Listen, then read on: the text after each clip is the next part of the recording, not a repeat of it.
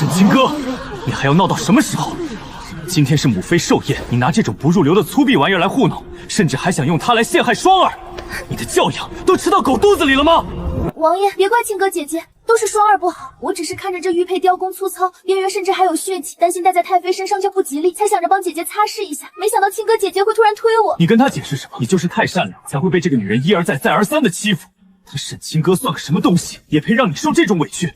这太常四卿家的千金，怎么还是这副上不得台面的德行？听说为了查阅瑞王爷，今天做些自降身份的事。今天可是太妃寿宴，他居然还敢争风吃醋，真是丢尽了文官清廉。瞧他那双手，粗糙的跟个粗使丫头似的，哪里还有半点大家闺秀的样子？真是白瞎了那副好皮囊。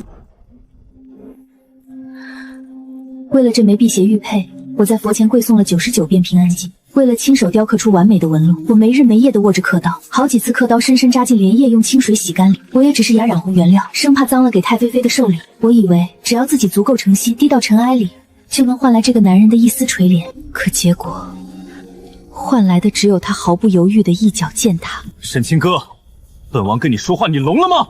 给双儿跪下，赔礼道歉，然后滚回你的太常寺府。没有本王的允许，不准踏出房门半步。你笑什么？沈清哥，本王让你跟双儿道歉，你捡这些烂皮头做什么？两世为人，上也是这样为了这个男人作茧自缚，最后落得个家破人亡、惨死冷宫的下场。这一世重生归来，我竟然还抱着一丝虚妄的执念，以为能改变他的心，不过蠢得无药可救。萧景睿，你放肆，竟敢直呼本王名讳！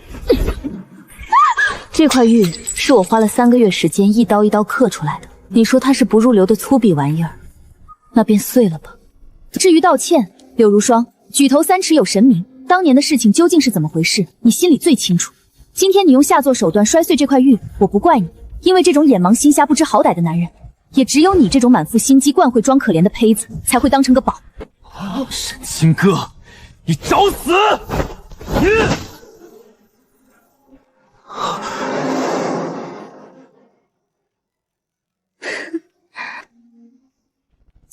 萧景让，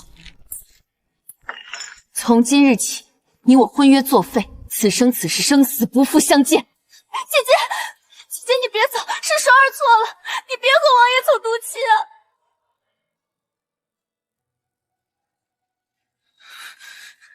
沈清哥，你竟敢当众羞辱本王！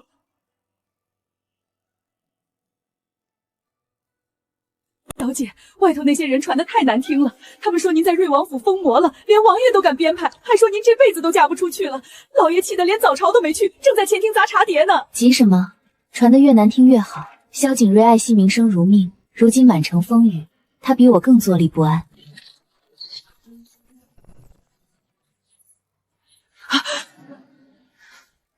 柳如霜，你一大清早就往我这太常寺宣府跑，怎么？瑞王昨夜没留你在王府过夜？姐姐，都什么时候了，你还跟我逞口舌之快？妹妹今天来是特意来给你送消息的。姐姐昨夜闹得那般决绝，朝野震动。陛下为了安抚文臣，更为了惩戒瑞王的荒唐，今日一早便拟好了旨意，要给姐姐重新指一门婚事。哦，那我是不是该谢主隆恩？姐姐，你怕是还不知道指给谁吧？是霍战，他身高8尺，面目可憎，在战场上的边境就被他杀得煞气将军。必先把你指给他了，未婚妻。姐姐，你这一世可算是彻底毁了。霍战，如今看来，这门婚事反而是大齐皇帝给沈家的一道恩赐。毁了？霍将军克敌制胜，保家卫国，是大齐的英雄，怎么到了你嘴里就成了粗鄙嗜血的怪物？柳如霜，你对一品边臣如此不敬，若传到陛下耳中，你猜定远侯府担不担得起这个罪名？你少拿大帽子压我，你就嘴硬吧。等那糙汉把你折磨得不成人样的时候，看你还能不能这么高傲。那就不劳你费心了。听主，送客。以后猫啊狗啊的别往我院子里放，平白脏了地方。奉天承运，皇帝诏曰：赐婚太常寺卿之女沈清歌与定丁将军霍战，则即日完婚。钦此。清歌是为父无能，为父这就进宫面圣，哪怕罢官夺爵，父也绝不让你嫁给那个粗汉。父亲，不可！雷霆雨露皆是君恩，况且女儿愿意嫁。父亲，您听女儿说，萧景睿心胸狭隘，昨日女儿当众退婚，已将他彻底得罪。他若登基，沈家必有灭顶之灾。而霍战手握聘兵，深得地心。最重要的是，一能让萧景睿死心，二下给沈家找一个稳固的靠山。至于外面的传言，耳听为虚，眼见为实。女儿不信一个能平定边疆、护佑百姓的英雄，会是个毫无心山的野兽。听说了吗？那霍将军连大字都不识几个，送聘礼怕不是要送几担风干的狼肉，几把沾血的砍刀吧？那沈清歌平日里自诩清清高高，到头来却要嫁给一身臭汗的糙汉，真是笑死人了。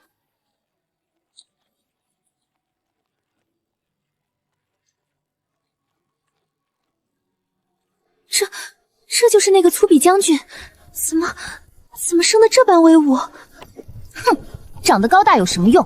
还不是个不懂礼数的大老粗。一品定海将军送聘，南海夜明珠12对，东海珊瑚树2尊，北地极品紫貂皮50匹，百年野山参30株，西域汗血豹马1双，纯金打造马具1副，蜀中蜀锦100匹，苏杭客头100匹。那夜明珠有拳头那么大吧？整个京城都找不出几颗。那貂皮连一根杂毛都没有，这得值多少银子？不是说寒门出身没有底蕴吗？这聘礼的分量，怕是连亲王娶正妃都比不上吧？霍将军，岳父大人，折煞末将了，叫我霍战便好。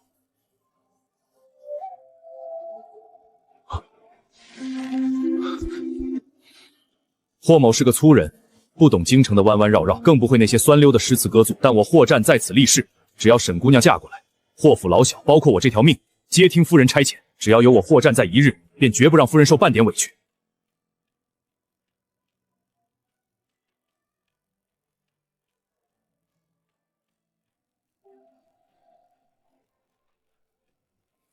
亲哥，愿遵将军之命。小姐，您真美，只是那瑞王府简直欺人太甚。他又做什么了？奴婢刚刚听到前院的消息，想贝等故意挑了今天迎娶柳如霜进门。姐姐，你何苦跟王爷闹到这一步呢？如今倒好，你嫁给那个粗鄙的霍战，人家王爷却八抬大轿抬了如霜姐姐进府。一会儿两家的迎亲队伍要是撞上了，姐姐这张脸，怕是不知道该往哪儿放了。听竹，拿凤冠来。既然是圣上赐婚的一品诰命仪仗，自然要穿戴一丝不苟。至于那些上不得台面的妾室迎娶，有什么资格与本夫人的正妻大礼相并论？是小姐，你就嘴硬吧，一会儿到了大街上，看谁丢人。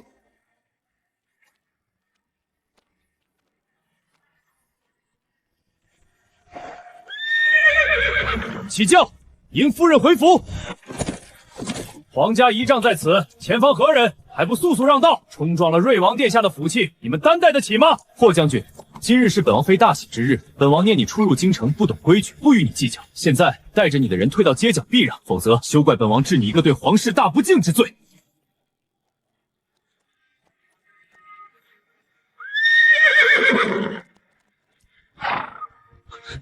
大不敬！萧景睿，你给老子听清楚了！大齐律法，一品武官娶妻，向朝廷正一品仪仗规格。本将今日娶的是明媒正娶的将军府正妻，是陛下亲笔御赐的御婚。而你不过是那一个妾，一个小小的侧妃，连皇家御蝶都进不去的玩意儿，也配让本将的正妻仪仗给你让路？你放肆！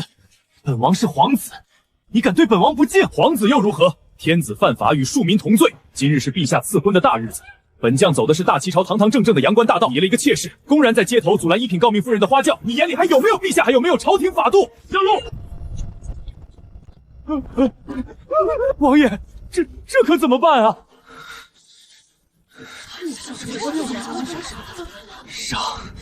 让开！我说让开，听不懂吗？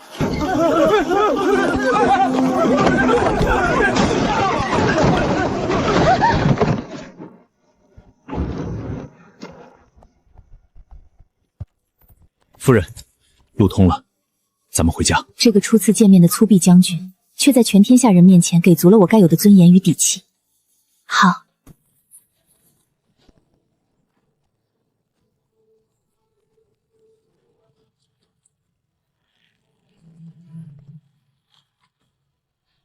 小姐，这将军府的规矩，瞧着跟咱们太常寺府当真是不一样。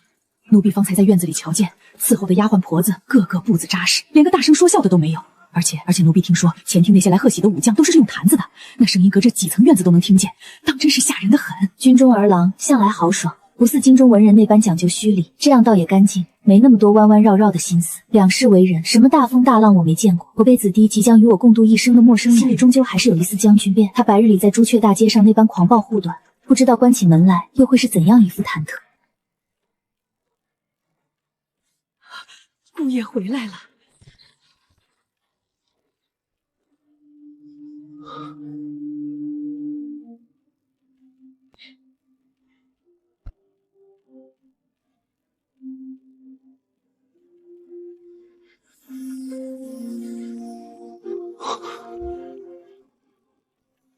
将军那个夫人，白日里在街上没惊着你吧？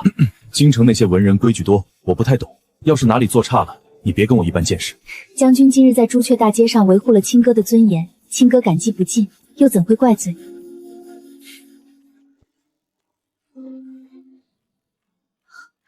怎么了？怎么弄的？无碍，只是凤冠有些重。这帮礼部的酸儒，办起事来一件比一件窝囊，做个老师手势也这么糙，你还愣着作甚？过来，把这玩意儿给夫人摘了。哎，等等，老子自己来。你笨手笨脚的，别伤着他。青哥，你别动啊，要是疼了，你就掐我。什么狗屁东西，成个婚比上阵杀敌还遭罪。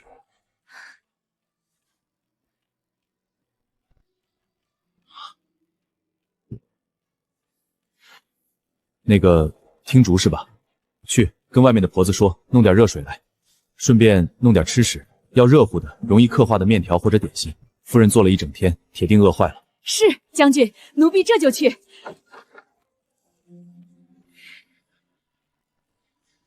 将军，坐吧。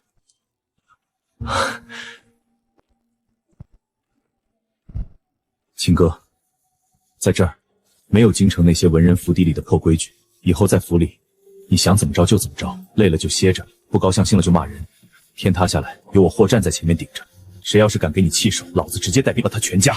好，亲哥记下了。老管家，你给本帐好好瞧瞧，这身衣裳当真不怪异。京城的文人不是最讲究什么君子如玉吗？本站穿这颜色，会不会显得太像个不懂礼数的粗人？就您就放100个心吧，这通身的气派威武着呢。依老奴看，这全京城的世子爷加起来也没您这份顶天立地的英雄气概。夫人瞧了必然喜欢。你懂个屁！那些读书人嘴皮子利索，本将自己丢脸不要紧，那是万万不能让夫人跟着受委屈的。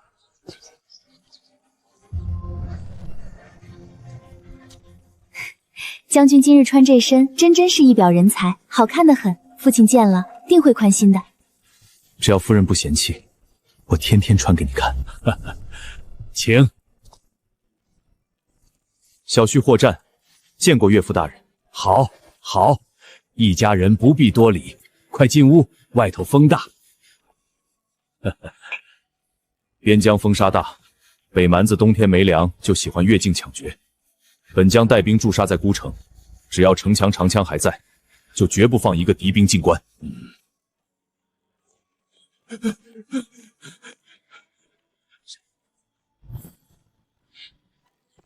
无耻之尤，当真以为这京城是他可以只手遮天的地方了？父亲，发生何事了？太常寺卿府今日好生热闹，本王不请自来，沈大人想必不会怪罪吧？微臣见过瑞王殿下。王爷，您瞧瞧，靖哥姐姐如今嫁了将军，这通身的气派可真让妹妹艳羡呢。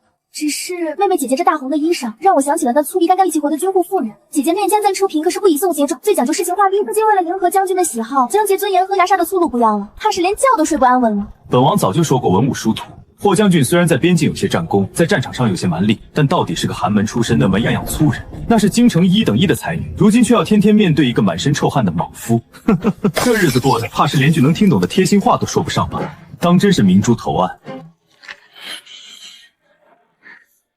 瑞王殿下，文武殊途这4个字从您的嘴里说出来，真是脏了这4个字。我夫君霍战14岁从军，在北地严寒风沙漫天之地厮杀整整10年，他手里的刀斩的是进犯大齐烧杀采掠的蛮夷敌寇，他身上的甲护的是我大齐千万百姓，包括殿下您在内的安宁。大齐开国太祖曾有预训：无武不立国，无文不安安。怎么到了瑞王殿下嘴里，这保家国留下牺牲的旷世功臣，就成是唯有蛮力的莽夫了？沈清歌，你放肆！殿下先别急着恼羞成怒。清歌的话还没说完呢，殿下自诩胸有诗书，懂风雅，瞧不起我夫君没读过几本圣贤书。可清歌倒想问问殿下，前年关外大旱，赤地千里，百姓流离失所，我夫君获战在边境开仓放粮，甚至变卖了自己的军功赏赐去救济灾民的时候，殿下您在做什么？您在京城的红楼橱馆里，为了博红颜一笑一掷千金，写那些无病呻吟的艳诗。去年北蛮撕毁盟约，围攻孤城，我张飞带着200轻骑孤军深入，九死一生斩杀敌手，解围城之困。大齐将士死伤无数的时候，殿下您又在做什么？您在朝堂上为了争权夺利，构陷忠良，甚至连父皇的寿礼都要斤斤计较，生怕落到了下风。不过是建在边疆无数拓疆，殿下您把白骨筑起的城窑之上的空中楼阁，没有我沈清哈，却怕是连坐在这喝茶自诩风雅的机会都没有。拿着将士们拿命换来的太平，却敌手混的英雄，您的圣贤书都读到狗肚子眼里去了吗？至于贴心话，我夫君虽不通诗词，但他知冷知热，懂得顶天立地，懂得用命去尊重，去爱护自己的妻子，不似某些人表面道貌岸然，实则眼盲心瞎，连身边藏了个满腹心机、惯会偷梁换入的毒妇都看不清，简直是枉为人子，枉读圣贤。沈清歌，你怎敢如此侮辱王爷？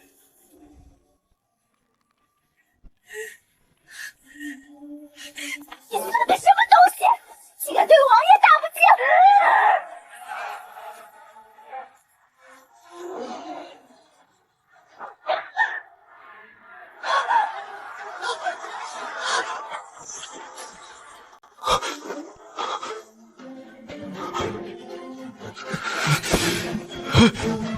沈清歌，你这个疯女人，你找死！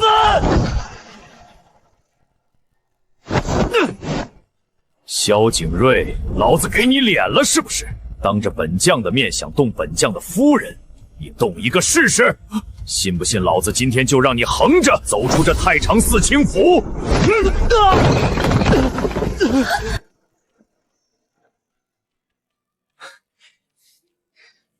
夫人答得好，这等满嘴喷粪的胚子，何该赏他巴掌？就是下次再有这种粗活，夫人千万别自己动手。瞧瞧，这坯子脸皮太厚，把夫人的手都打红了，疼不疼？下回跟本将说，本将皮糙肉厚，替你打。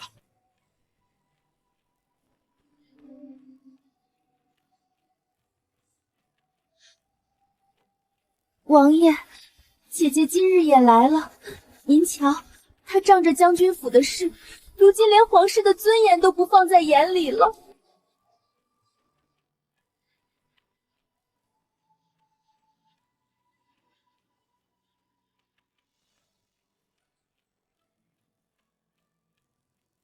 双儿放心，本王今日定要让他们在这猎场里颜面扫地，付出血的代价。颜面扫地怎么够？我要他死！只要跑起来，毒针就会刺入骨髓，前面就是常年乱石临行、野兽出没的黑风谷禁地。沈清歌，你今天注定死无全尸！哈哈哈！天降祥瑞，谁能替朕擒得这只白虎，朕重重有赏。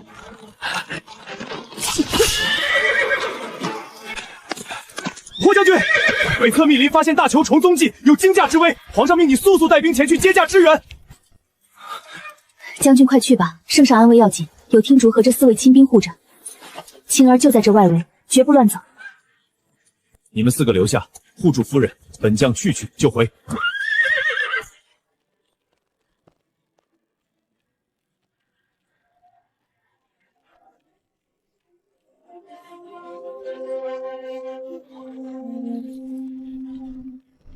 希望他平安回来。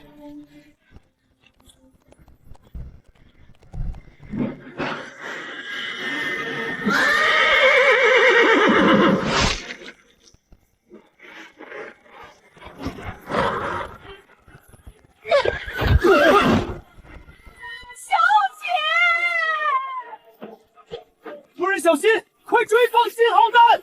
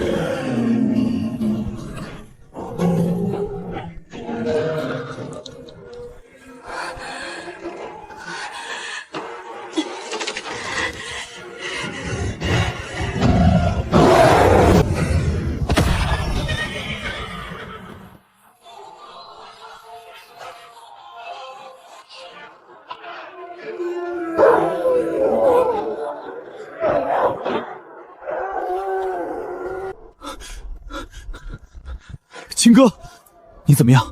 别怕，老子来了，老子在这儿。将军小心身后！给老子死！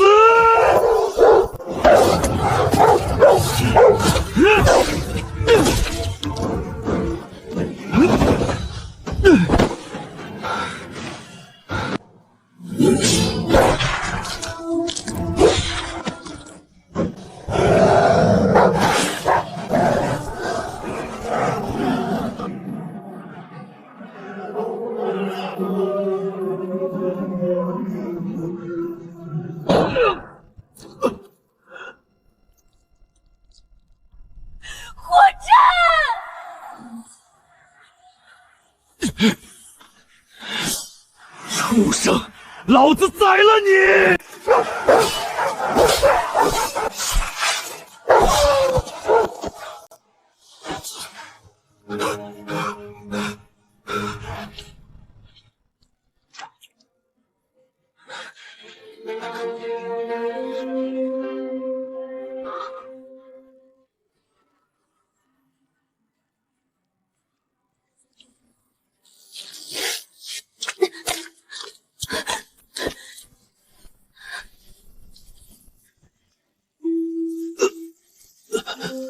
对不起，你忍一忍。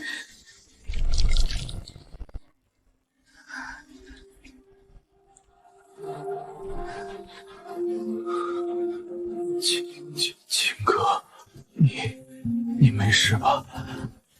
狼崽子被老子宰了，别怕。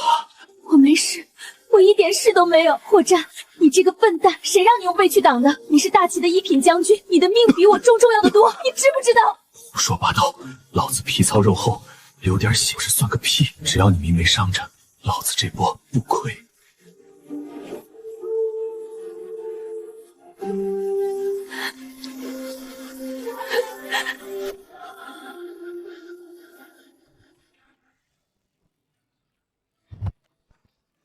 夫人，属下等人在黑风上方仔细检查了那匹发狂的白马尸体，在马鞍内侧最隐秘的夹缝里发现了一个东西，这是西域特制的丰寿散。此药无色无味，一旦刺入畜生肉里，随着颠簸深入骨髓，便会彻底激发野兽的狂之症。夫人，那白马并非无缘无故受惊，这是有人在御前围猎之中蓄意谋杀。好一个柳如霜，好一个萧景睿，原来在这里等着我。夫人，属下这便带兄弟们去摘了那瑞王府和定远侯府的脑袋。胡闹！萧景睿是一国皇子，定远侯府是开国功臣。你们若是此时夜袭王府，便是拥兵自重，公然造反。届时不仅坐实了外人编卖货币无礼、目无国法的借口，那咱们就白白吃了这个哑巴亏。将军如今还生死未卜啊！吃哑巴亏？我沈清歌的字典里从来没有这3个字。他们既然用这等下作手段，那就别怪我要了他们的命。听主，传本夫人的令，按贵宾分2路，一路拿着这枚毒针，连夜去京城定汇流市外药铺核查；另一路去给我把负责围猎马匹的那个玉系钉死，绝不能让他被灭了口。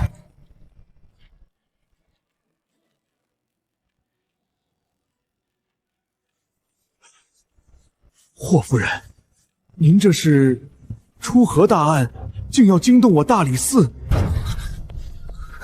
沈清哥，你闹够了没有？秋围围猎，马匹惊扰，本是意外。你不好生在府里伺候你那半死不活的兵嘎上夫，跑到这大理寺公堂来作甚，简直是丢尽了大家闺秀的脸面。姐姐，千错万错都是双儿的错。姐姐若是对双儿有什么不满，大可冲着双儿来，何苦在这朝堂圣地无中生有，坏了王爷的名声？萧景睿，你闭嘴！本夫人日来大理寺是要状告定远侯府嫡女瑞王侧妃一品诰命夫人御前围猎意图惊驾，触犯大齐律法，罪不容诛。你血口喷人！呀，证据呢？大理寺卿大人，证据在此。大堂下跪着的御手乃是皇家猎场的管事，他已然招供。秋闱前夕，柳如霜身边的贴身丫鬟翠儿亲自赐了他白银500两，命他在本夫人的马鞍里扎进淬了丰寿散的毒针。这瓷瓶里装的便是黑市药铺里查到的剩余药散，上面清清楚楚的盖着购买之人的指纹和定远侯府的对牌。你胡说，这是构陷，是构陷！大人，我夫君霍战为大齐守土拓疆，如今却躺在病榻上生死未卜。他的妻子在天子子角皇家猎场试之中遭遇如此下作的谋杀，这大齐的律法还是保护在前线阴暗角落里争风吃醋、目无国法恶毒妇人。人证物证俱在，来人，将嫌犯柳如霜打入大牢听审审。翠儿及定远侯府涉案人员立刻缉拿归案。王爷，王爷救我！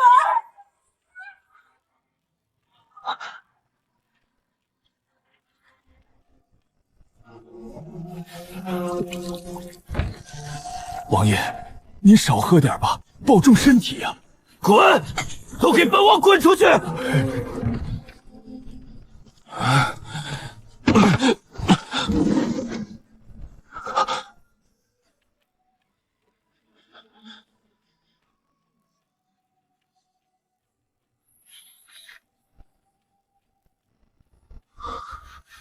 ！8年前南方大水，我染上疫病，危在旦夕。是一个蒙面少女在破庙救了我，不眠不休照顾我3天3夜。她走后只留下这块手帕和这神秘药方。3年前柳如霜在诗会上掉落了一模一样的手帕，承认是她救了我，我才将她视为白月光。为了她，我不惜冷落沈清歌。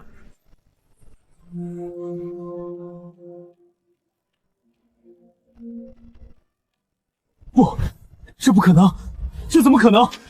自己对不上，完全对不上。为什么会这样？如果当年救本王的人不是双儿，那他手里的那块帕子是从哪儿来的？他为什么要骗本王？这种比例，这种风骨，沈清歌以前就是写的一手极漂亮的钟繇体，比例最是苍劲。不可能，绝对不会是他。他当年那么缠着我，如果是他救了我，他为什么从来不说？夫人，你慢点，本竟来背你。将军，御医都说了，你后背伤口深可见骨，切莫用力。清歌只是坐着有些乏了，哪里需要你背？那怎么行？御医算个屁！老子在边境会受比这重10倍的伤，隔天就能上马杀敌。清歌，以后你多笑笑。你笑起来的时候，老子连身上的伤口都不觉得疼了。只要你高兴，天天让老子给你当牛做马都成。堂堂一品将军，整日里胡说八道，也不怕让黑甲卫的兄弟们听了笑话。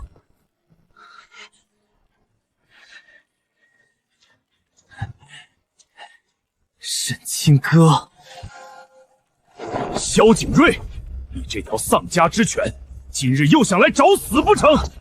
沈清歌，本王问你，8年前大齐南方大水，瘟疫横行的时候，你在不在关外？这张治病的疫病药方，到底是不是你写的？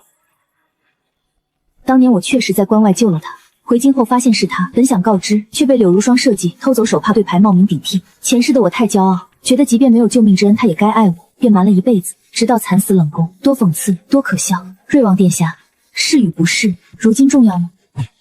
你这话是什么意思？你承认了是不是？当年救本王的人真的是你，对不对？萧景睿，你真是可怜又可恨。当年柳如霜拿着从我这里偷走的手帕和功劳，在你面前演了3年的戏。你是他掌上明珠，却将我的一世深情践踏在泥潭里。如今你跑到这里来求证什么真相？王爷，当年碎掉的可不只是玉，我如今满心满眼只有我的夫君。至于你萧景睿，你算个什么东西，也配来问我的过去？给我滚！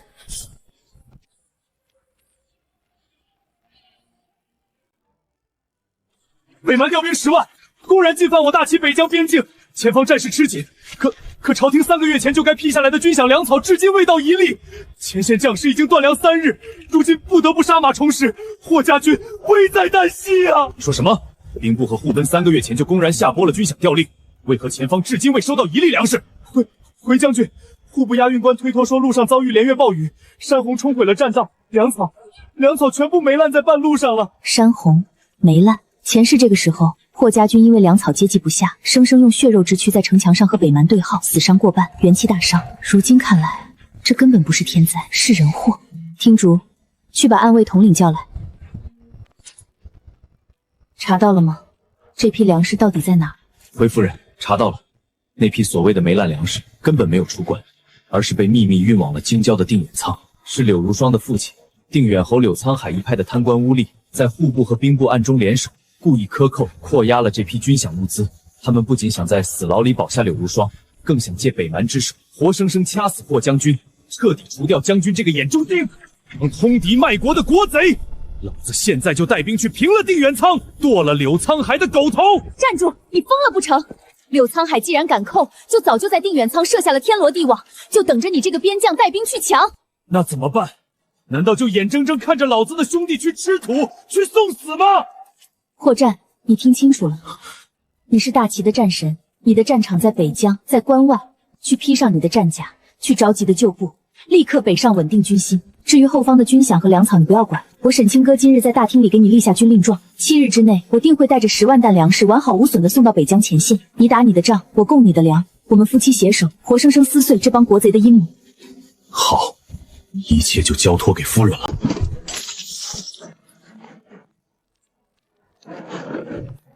听竹，把所有的嫁妆账册以及将军府账面上所有的流动银两全部核算出来，全部变卖抵押，半个时辰内我要见到现银。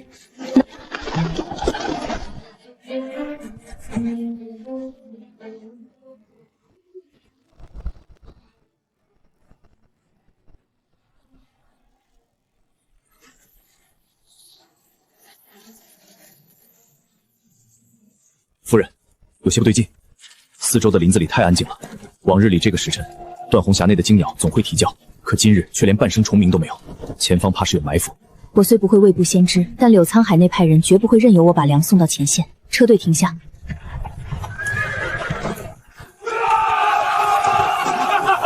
此山此树是我栽，要想从此过，留下买路财。夫人，这些根本不是普通的山匪，瞧他们的站位和握刀的姿势，进退有据，呼吸沉稳，这分明是私下里豢养的死士。听竹，扶我站起来。我当是谁呢？深更半夜聚在这断魂峡内学狗叫，原来是定远侯府见不见光的看门狗啊！沈清哥，你少在这装腔作势，老子管你什么将军夫人、侯府千金，识相的就把这些粮留下，否则老子让你这细皮嫩肉的小娘们见不到明天的太阳。要我的粮食，只怕你没那个命。霍家军何在？那些黑甲精锐，不过是100名暗卫拿着多余的火把在山头上来回跑动。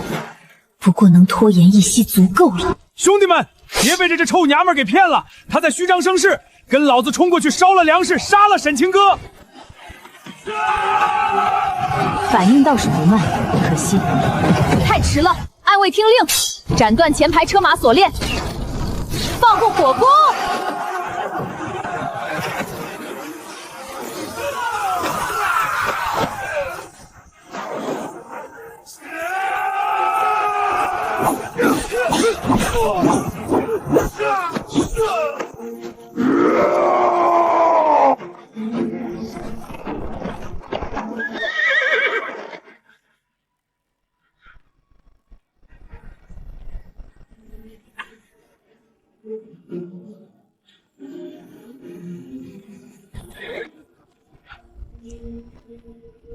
末将霍战带前方10万将士，谢夫人救命之恩。谢夫人救命之恩。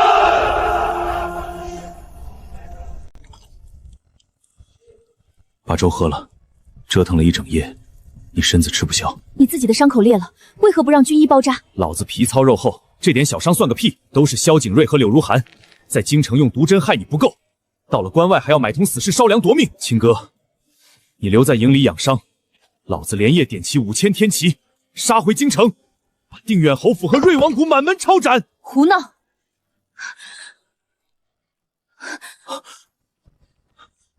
青哥，你别动，老子不去了，老子不去了还不行吗？霍战，柳沧海扣押军饷，买通悍匪，走的是阴暗下作的死路。前线被10万大军压境，战火一触即发。你若在此时带兵回京私设公堂，大齐的百姓会怎么看你？前线的将士会怎么看你？你这是在亲手把霍家军送上断头台。凭什么他们在京城锦衣玉食算计我的人，老子却要在这里给他们守大门？谁说让你咽下这口气了？柳如霜如今还在大理寺的死牢里。柳沧海这次动用了侯府私兵，越界全军覆没，连首领的脑袋都在我们手里。这已经是通敌卖国、意图颠覆边防的铁证。只要你打赢了关外这一仗，拿着克敌制胜的不世之功，再将这些证据800里加急呈地御前。到那时，皇上为了平息10万边军的怒念，也必须亲自下旨，将定远侯府满门抄斩，将萧景尧彻底贬为庶子。借刀杀人要用天子的刀，才砍得最干净。你懂了吗？将军，北蛮右贤王亲率3万铁骑，作为先锋，已经连夜突袭了我国北侧的瓦口关，守军伤亡惨重，瓦口关危在旦夕。主力大军若不立刻出征迎敌，一旦关口失守，北蛮铁骑便可直入中原腹地，届时百万百姓将沦为屠刀亡魂。本将知道了，传令下去，3军造反，半个时辰后，霍家军全军开拔迎击。末将得令。去吧，铠甲在身，将士在后，你是他们的天，去把北蛮人打烂。我在这大营里等着你凯旋。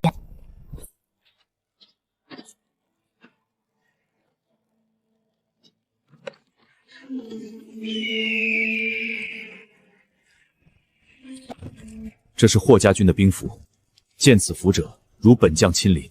北疆6州定兴将军府麾下10万铁骑3000暗卫，皆可由持符之人1人调度，违令者就地斩首，诛9族。霍战，这是你的兵权，怎么能……你听老子把话说完。这是本将这些年在边境杀敌、番邦进贡的所有赏赐底册。这里面有江南的13处百亩庄园，京城的5座3进大宅，还有大通钱庄里建字集兑的300万两现银现票。这些是老子在死人堆里爬了10年攒下的全部身家。秦哥，本将这次面对的是10万北蛮铁骑，沙场刀兵无眼，这些谁也不敢保证能没有家族第一。但我绝对不能让我霍战的女人受半点委屈。这些东西今日全部交托给你。老子若是一不小心君生魂落，便除过皇上和萧景耀那2个混蛋，见了手握兵符资产的你，也得恭恭敬敬地称一声国公夫人。拿着他们，改嫁也好，守寡也罢，只要你活得快活，老子在九泉底下也踏实了。霍战，你闭嘴！谁准许的说这些丧气话的？谁准许你把这些破烂玩意儿留给我的？我告诉你，没有我的允许，阎王爷也带不走你。秦哥，我这铠甲硬，别硌着你。不放，我这辈子都不会放手。霍战，你给我听好了，你娶了我沈清歌进门，我就是这将军府唯一的执掌者，你的一切都是我的，所以你必须给我活着回来。你若敢死在战场上，我隔天就拿着你的兵符改嫁，让你在九底司瞑目。好，不愧是我霍战明媒正娶的夫人。秦哥，有你这句话，老子便是到了阎王殿，也能单枪匹马杀回来。你在后方给老子备好庆功酒，看老子这次怎么把那帮北邙杂碎的脑袋一个个拧下来给你当球踢。等我回来。霍战，你打你的仗，这后方的鬼魅魍魉，本夫人替你一个不留的全部捏死。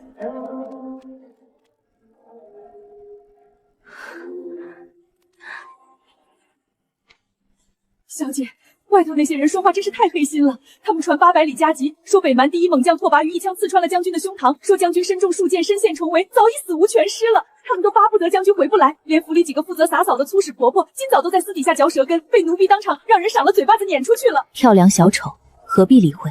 霍战手握10万兵符，在军中威望顶天，他若不倒，京城里那些贪官和皇子便睡不安稳。这谣言传得越厉害，便越说明前方的战事正处于焦灼定柄的关键时刻，有人坐不住了。听主扶我起来，去备车。今日是月中，本夫人要去京郊的青龙寺，为前线的10万将士上香礼佛，祈愿我大齐江山社稷，国泰民安。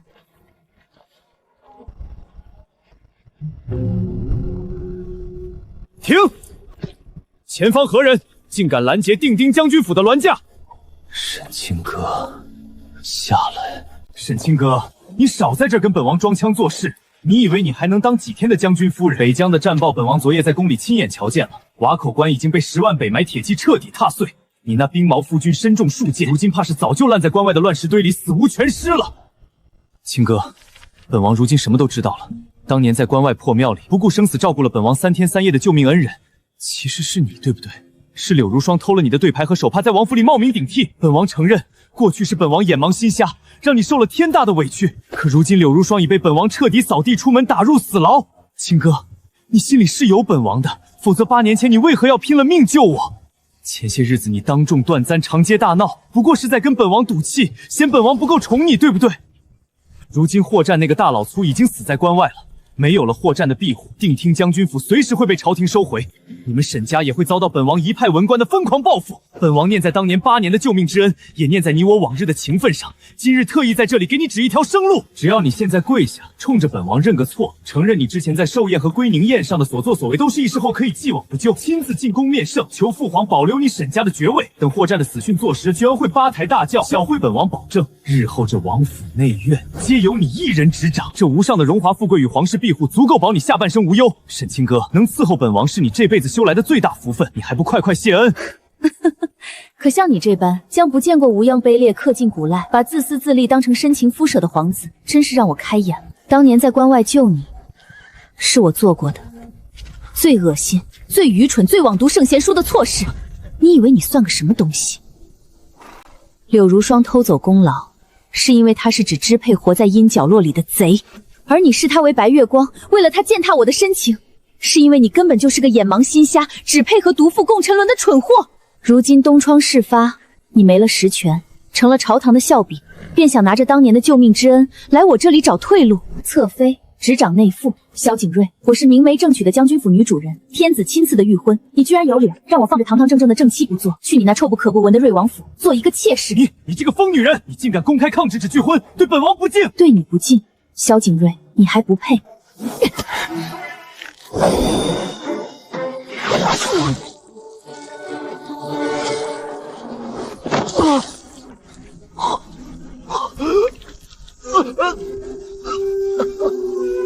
的脸，本王的脸啊！沈清哥，你敢弑杀皇子？滚！我夫君霍战顶天立地，是护我大齐江山的英雄。他即便真身死瓦口关，他留给我的10万兵符与不世之功，也足够让我在这大齐朝堂上挺直脊梁做人。你那肮脏下作的侧妃之辈，在我沈清哥眼里，连我夫君霍战在战场上骑过的战马都不如。回府。这。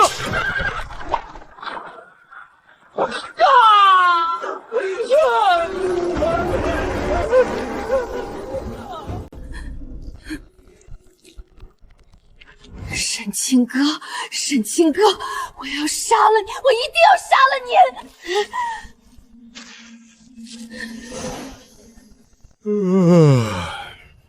大牢重地，谁在里面嘀嘀咕咕的？老实点儿！官爷，官爷您过来，妾身有天大的富贵要送给您。官爷，这是大通钱庄借自己队的3000两现银对牌，妾身不要您劫牢，只要您今晚换班出宫时，将这封血书送到城南永安坊的九指哥手里，这令牌便是官爷您的了。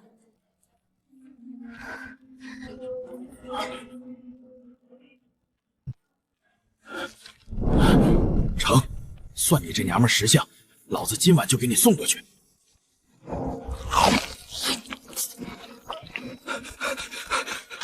九指哥，死牢里传出来的血书。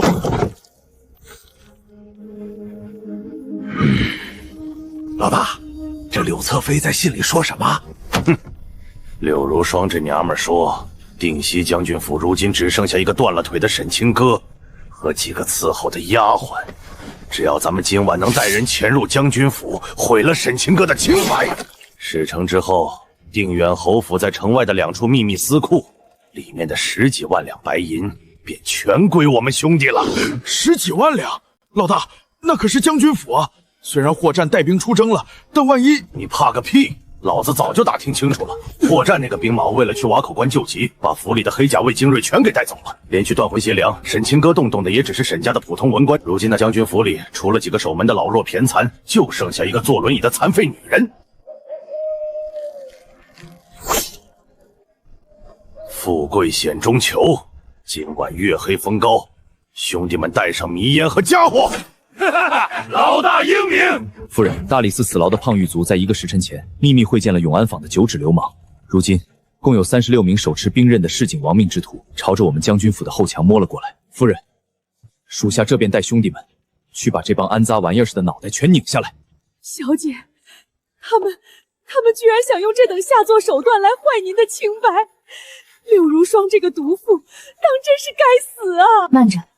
我前些日子故意放任那几个粗使婆子在府里嚼根，说府内防卫空虚，为的就是将后方这最后几只藏在暗处的耗子彻底引出来。柳如霜如今身在大牢，还能兴风作浪，说明定远侯府在京城地下还留有死线。今日若是在墙外他们杀们司库与勾结的朝臣线索，便全断。统领，守门的护卫全部撤去偏院，将军府后墙内院大门全部打开。今晚我要来一场开门一道。夫人，这万一惊扰了您的凤体，我若是连几只市井害麻都收拾干净，日后还如何瓦口关前线搏命的夫君？去布瓦吧。记住，要活口。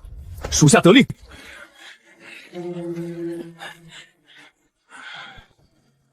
老大，奇了怪了，这将军府今天晚上怎么连个巡逻的更夫都没有？后门居然连锁都没挂！呸！你懂个屁！那沈清歌是个断了腿的废人，府里那几个老妈子丫鬟懂什么防务？肯定是今天白天干活累了，早早睡下了。这是老天爷开眼，送咱们兄弟一世的富贵。兄弟们，跟老子冲进去！男的全部杀了，女的把那沈清歌给老子死死按在榻上，动作快点！哈哈，霍夫人、沈大小姐，别躲了！你那兵马夫君死在关外了，哥哥今天晚上特意带了这么多兄弟来好好疼惜疼惜你这尊贵的衣品。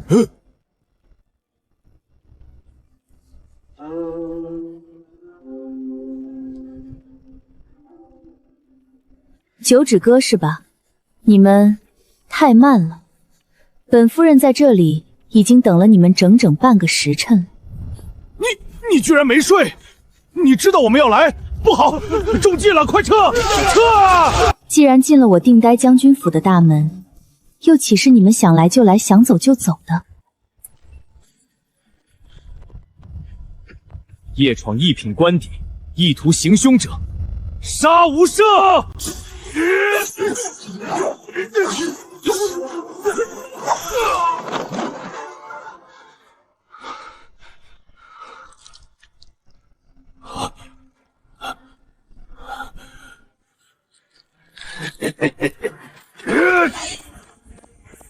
臭娘们儿，老子跟你拼了！夫人小心！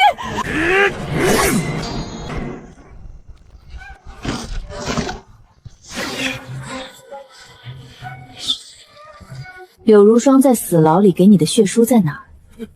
定远侯府在城外的司库对牌在哪儿？统领，连夜点齐暗卫，将这些流氓无赖，连同这封血书和定远侯府的对牌，全部扭送宗人府与天子御前。我要让全大齐的百姓和文武百官都看看，前方将士鬼魅杀敌之时，这方鬼魅魍魉是如何触犯我大齐国法、践踏伦理道德的。属下遵命。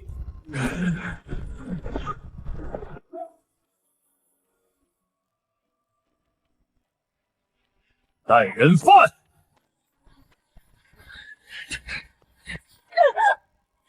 王爷救我呀！我是冤枉的，是沈清歌陷害我。柳如霜，事到如今，你还觉得这是陷害？前夜你公然买通大理寺胖狱卒，将血书传出死牢，勾结城南永安坊的九指流氓，带刀夜闯定低将军府，企图毁本夫人清白，斩草除根。这一桩桩一件件，人证物证俱在，你还要演你那副楚楚可怜的白月光戏码到几时？他胡说，我没有，那些流氓我根本不认识。宗正大人，这个疯女人因为嫉妒妾身得宠，故意设下连环陷阱来害我定远侯府啊！王爷，您说句话呀！您最是懂双儿的，双儿连一只蚂蚁都不敢踩死，怎么会干出这等下作勾当？人犯如霜，你休得狡辩！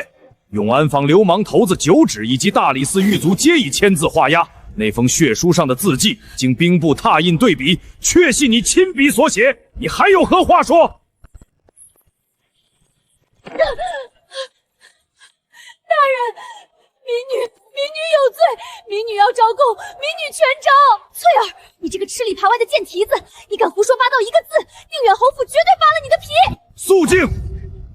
只要你今日说的句句属实，我做主保你家人一条生路。谢夫人开恩！大人，王爷，侧妃娘娘她从头到尾就是个骗子。他不仅这次买凶谋害一品夫人，他这3年来在王府里享受的所有风光、荣华富贵，全部是从小姐姐沈清歌身上偷过来的。翠儿，本妃撕了你的嘴！说，当年在破庙里染了疫病，危在旦夕，当年根本就不是我家小姐救的您。那天晚上，是我家小姐在破庙附近的庄子上避暑，无意间瞧见沈清歌大小姐满身是汗，一身完之后从破庙里走出来，手里还拿着一张刚刚写好的炭笔药方。你再给本王说一遍。当年在破庙里照顾了本王3天3夜，差点连命都丢了的救命恩人，到底是谁？是沈清歌，是沈大小姐啊，王爷！当年沈大小姐为了染上了疫病，高烧了几天几夜，差点就死在了庄子上。是我家小姐柳如霜，见那药方平定了瘟疫，立了大功，又见王爷您回京后成了得宠的皇子，他贪图富贵，便在3年前的诗会上故意设局设计，偷走了沈大小姐一直贴身收着的对牌和那块擦汗的粗布手炮，在王府里冒名顶替，欺骗了您整整3年啊！不仅如此，3年前南边水灾，沈大小姐在暗中用沈家的商路给灾民捐闹了10万担粮食，也是我家小姐柳如霜买通了户部的官员，硬生生改成她定远侯府的名头。还有2年前，太妃娘娘生辰，沈大小姐熬夜1个月山抄的百服万寿金，也是我家小姐在宫门外使了银子，换成了她自己的名字送进去的。这3年来，凡是沈大小姐做的好事立的功劳，只要是对民生有益的，我家小姐柳如霜没有一件是不偷的。你闭嘴！你在构陷本妃，沈清歌，是你买通了她，我要杀了你！带下去，掌嘴！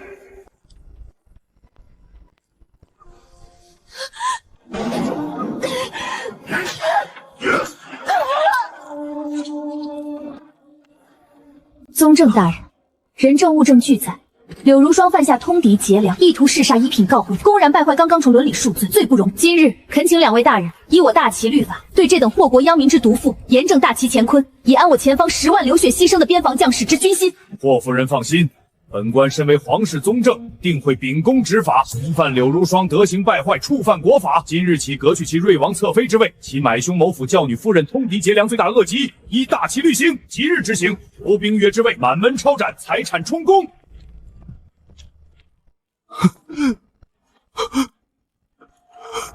听主，我们回府。将军在前方，想必已经快要凯旋了。本夫人还要在府里为他亲自温一壶庆功酒呢。是夫人。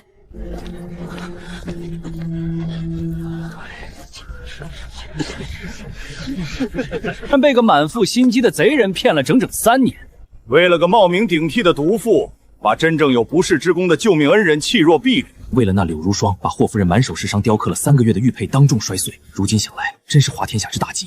这就叫珍珠换了死鱼眼，当真是眼盲心瞎，枉读了圣贤书。闭嘴！本王让你们闭嘴！来人！来人！把这听雨阁里所有关于那个毒妇的东西全部给本王扔出去！扔出去！是。把他的衣服、他的饰品、他的琴，全部给本王扔到大街上的泥潭里。还有那个毒妇带进府里的陪嫁丫鬟婆子，凡是定远侯府出来的人，全部扫地出门！滚！让他们全部给本王滚！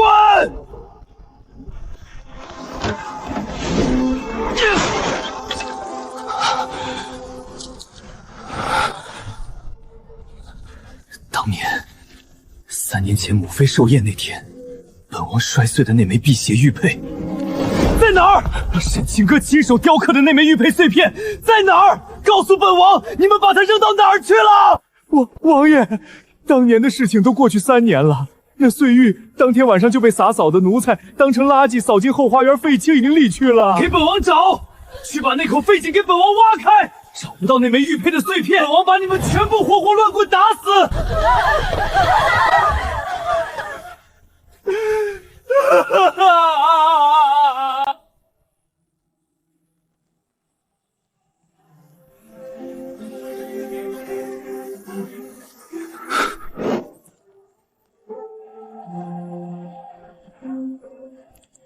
青哥，本王求你，求你见本王一面啊！本王知道错了，本王真的知道错了。是本王眼盲心瞎，误信了柳如霜那个毒妇，让你平白受了3年的委屈。青哥，你出来打我骂我，杀了本王都成。求你，求你别不见我！瞧瞧，这就是那位不可一世的瑞王殿下。当初人家沈大小姐满心血脉都是他的时候，他把人家当草芥。为了个绿茶贼人当众践踏人的尊严，如今真相大白了，发现自己丢了珍珠，捡了死鱼眼，倒又跑来装什么深情了？呸！这迟来的深情，简直比那长街上的臭草还要低贱。要是换了我是霍夫人，连大门都不会让他进。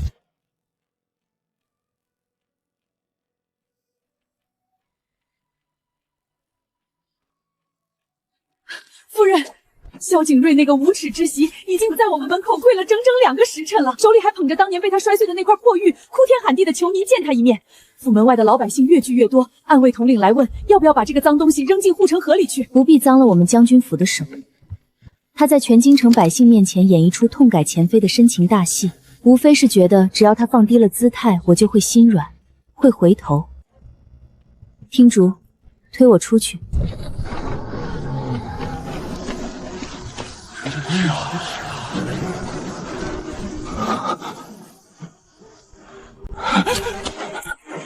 青哥，你瞧，这是当年你送给母妃的那块辟邪玉佩啊！当年是本王混蛋，是本王被柳如芳蒙蔽了双眼，亲手摔碎了它。这2天2夜，本王不眠不休，把后花园的废井都挖开了，亲手把它们全部找了回来。青哥，求你收回这块玉，原谅本王这一次。只要你肯回头，本王保证立刻进宫去父皇面前长跪不起，求父皇收回你和霍战的玉婚。本王要娶你当瑞王正妃。青哥，你心里是有本王的，你快收下这块玉啊！萧景睿，你以为你用黄金将这碎玉拼凑起来，当年的肮脏与践踏就能一笔勾销了吗？青哥，你闭嘴！当年被你亲手摔碎的，可不只是这一块区区的石头。你如今跑来这里，跪在泥潭里哭天响地，是因为柳如霜在大理寺死牢里招供了所有下作的勾当，定远侯府满门抄斩，你失去了户部的实权，沦为了满朝文武公然嘲弄的无脑皇子。你发现你依仗的白月光是个卑劣的贼，你发现你失去了这天底下最毫无保留的底牌。你如今的深情，不过是发现自己一败涂之后的无能狂怒与利益乘凉。萧景让，你口中的每一个字都让我觉得肮脏、恶心。我孤军获战，14岁从军，手里的刀斩的是蛮夷，身上的甲护的是百姓。他在黑风谷甲可以用自己深可见骨的后背替我挡住狼王的致命一击。他出征前夜可以把10万兵符全部身家毫无保留的双手奉上，只为了保我一生无忧。我如今满心满眼都是我那在战场上为国搏命的夫君，他顶天立地，是护我大齐乾坤的英雄。而萧景睿，你算个什么东西，也配和我的夫君相提并论？拿着你的破玉滚！闭门掌灯。是夫人。不，靖哥！夫人，宗人府的大理寺会诊已经彻底定夺，定远侯府满门抄斩，财产全部充公。柳如霜罪大恶极，已于昨日午时在西市口行了绞刑，死状极其凄惨。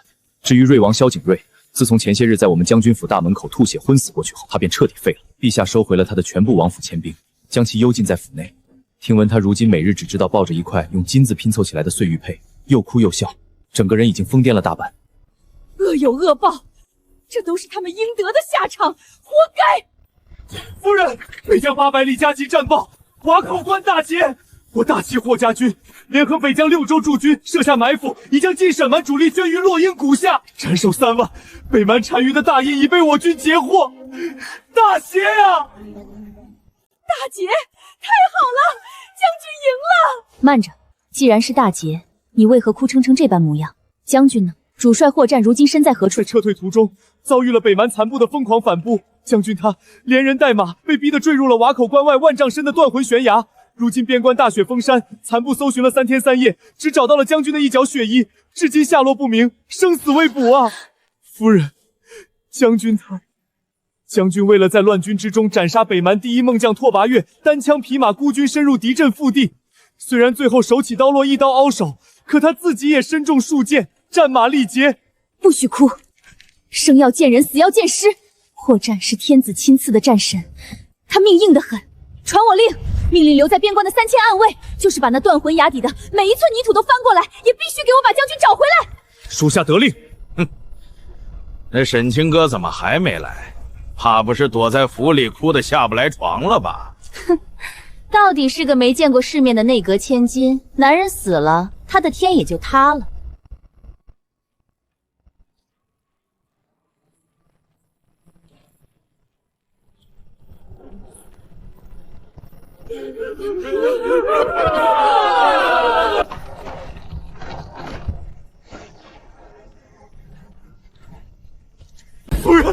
夫人啊！末将无能，没有护好将军啊！混账！把眼泪憋回去。将军只是坠崖，至今下落不明。谁告诉你他死了？谁准许你们擅自抬着这没用的破木盒子，在京城长街上哭天响地的？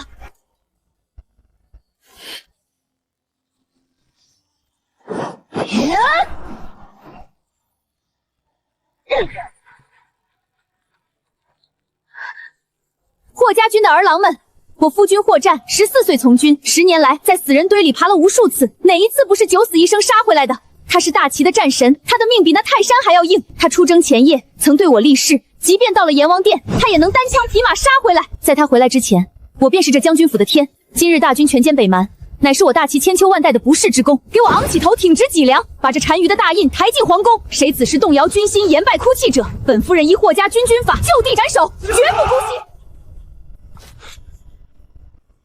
末将谨遵夫人之命，将军不灭，霍家军不倒。霍军不灭不倒，将军不灭，霍家军不倒。好一个霍夫人，好一个一品诰命，当众大放厥词，甚至公然拔刀劈剑灵柩，威逼朝廷命官。沈清哥，你当真是把这大齐的国法当成了你将军府的私堂不成？我奉兵部与户部尚书联合手谕，定兴将军获战，孤军深入，坠入万丈断魂悬崖，至今下落不明。前方10万大军不可一日无主，边关防务更不可落入妇人之手。沈清歌，你身为后院副道，公然在城门口挟持军心，图谋不轨。现在立刻给本官将获战出征前留下的10万边军至高兵符双手奉上，否则本官今日便依大齐律，以通敌煽动叛乱之罪，将你当场拿下。放屁！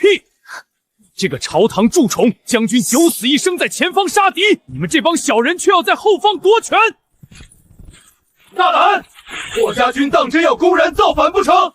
钱大人，柳沧海昨日在西市口被绞死的时候，你没去送他，真可惜了。你说我挟持军心，我夫君在瓦口关全歼北蛮10万主力，为我大齐千秋万代的不世之功，他们是凯旋的功臣，本夫人带夫君前来迎接大齐的脊梁，何错之有？至于这兵符，这是我夫君出征前夜，当着定西将军府3000护卫的面，亲手交托到我手里的。我夫君曾有将令，见此符者，如主帅亲临，可调度北疆10万将士。你不过是一个小小的兵部侍郎，无圣上亲笔御批圣旨，无宗人府会审大印，仅凭一张兵部尚书的私人便帖，也配在我面前染指着护我大齐乾坤的10万兵权？拿着你那张废纸滚！否则霍家军3000暗卫今夜便可依大齐例，以觊觎军权、意图谋反之罪，将你当堂拿下。来人，给本官上！沈氏抗旨不遵，图谋造反，将他拿下！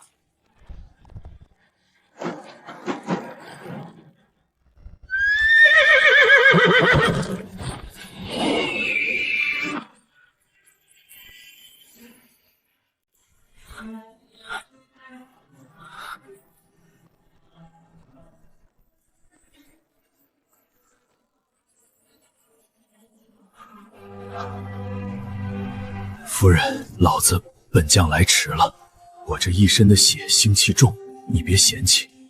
老子没食言，老子从阎王殿里爬回来了。你这个笨蛋，你终于回来了！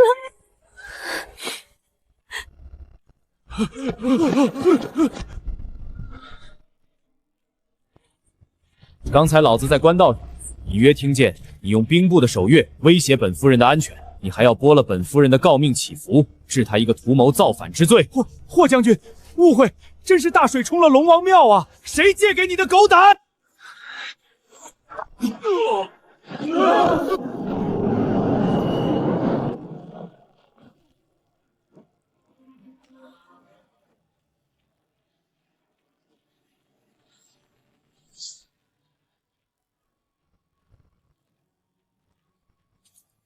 霍家军将士听令，排起北蛮谭徐的大印，随本将与夫人，我们进宫面圣庆功。将军万岁，夫人万岁！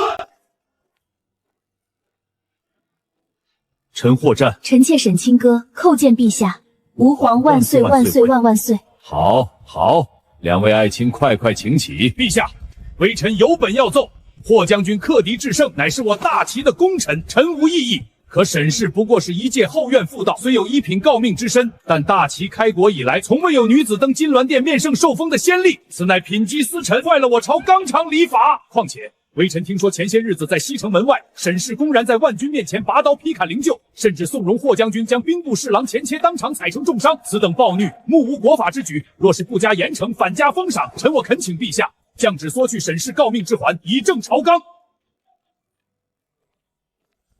张岩，你给老子闭上你的狗嘴！前线将士流血杀敌的时候，你这老东西在大后方享清福。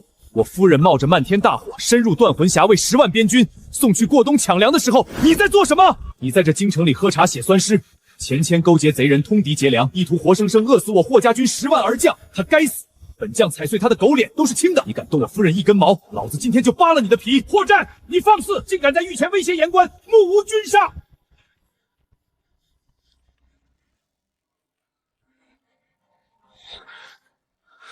张大人，您口口声声拿着纲常礼法、目无国法来当成大帽子压本夫人，本夫人倒想请教大人3个问题。第一个问题，前线边军危在旦夕，户部兵部贪官官污吏中饱私囊，故意克扣10万边军3个月口粮，大人的国法在哪？如果不是本夫人连夜全卖了嫁妆资产，商东路筹结10万担粮食，前方大军早已断粮自溃，届时北蛮铁骑长驱直入，踏碎我大齐江山，大人的礼法能不挡住蛮夷的蛮刀？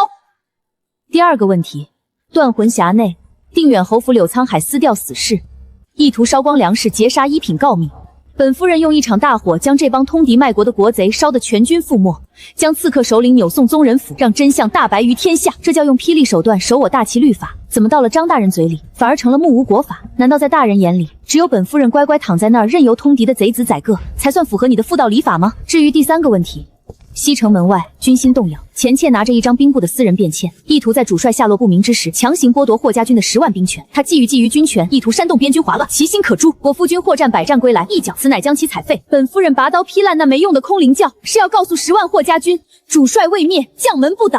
本夫人携1品兵符稳定大齐北疆边防，此乃天大的忠诚。本夫人倒想问问，你究竟是收了定侯府残部的多少银子，才敢在金銮殿上公然为通敌的卖国贼高唱赞歌？微臣冤枉啊！陛下，臣对大齐忠心耿耿啊！够了，张廷，你枉读了圣贤书，在前线着将士拼命，霍夫人倾家荡身救国之时，你不仅毫无作为，如今天下大定，你倒跑出来拿着几条腐朽的规矩抹黑大齐的英雄，朕看你这御史大夫也是当到头了。来人，剥去张廷的朝服，贬为庶人，流放3000里，永不录用。奉天承运，皇帝诏曰：今日论功行赏，特进封霍战为1品镇国公，世袭罔替，赏黄金1万两，良田1万顷，可配紫金绣带，见君不贵。镇国公夫人沈清高虽为女流，但高风亮节，倾家荡产，筹粮10万担以安居今。于断魂峡大破叛军死士，智谋无双，在西城门外单手劈灵柩，稳定3军防卫，乃是我大齐当之无愧的巾帼英雄。今日特破格指婚加封，晋封沈清高为1品镇国公夫人，赐御笔亲题，巾帼衔内金匾1面，特赐其可持兵符，随时入宫面圣，参与北疆6州军需防务之权。钦此。臣霍战谢主隆恩。臣妾沈清歌谢主隆恩。来人，将罪逆萧景睿带上前来。清歌，本王错了。逆子，你还有脸在这大殿上装疯卖傻？萧景睿德行败坏，眼盲心瞎，身为皇子，不思报效国家家，反而沉迷于私情，宠妾灭妻，致使王府丑闻连连，败坏皇家纲常伦理。今日起，革去萧景睿睿王夺位，收回其名下全部亲兵资产10亿，念在皇家骨肉，免其死罪，贬为庶人，永世幽禁于京郊枯山古庙之中，非死不得出。其子孙后代永世不得录用为官。不要啊！父皇饶命啊！沈清歌，本王错过了你，本王这一生全毁了。夫人，本将军今天在殿上表现得当真不赖。那张廷老痞子想欺负你，被你几句话骂得连亲娘都不认识了，真他娘的痛快。清哥，以后这整个大齐，谁要是再敢在背后嚼你1个字的舌根，老子直接带着10万霍家军抄了他祖宗18代。从今往后有老子在，你天天在家里享清福，想怎么着就怎么着。清哥，清哥，吃吧，逆子庶民！别说哥们儿不照顾你，这可是昨儿个城里大户人家倒出来的泔水，里面还能瞧见几块肥肉呢。别过来，刘如霜，是你害了本王，是你害了本王啊！今天早晨，镇国公府举行冬日宴，那新晋封的国公爷霍战，为了不让沈夫人的伤腿沾染上半点冬日的寒气，竟然当着满朝文武的面，亲自跪在雪地里，把沈夫人从软轿上抱了下来。那护短偏爱的劲儿，真是把全京城的千金小姐们都羡慕的眼珠子都红了。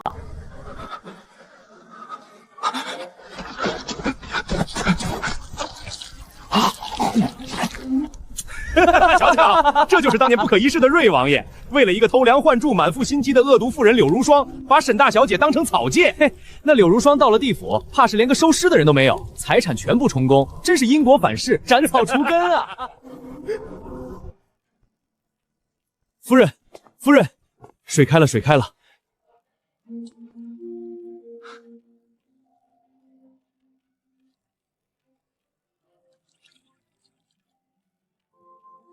疼不疼？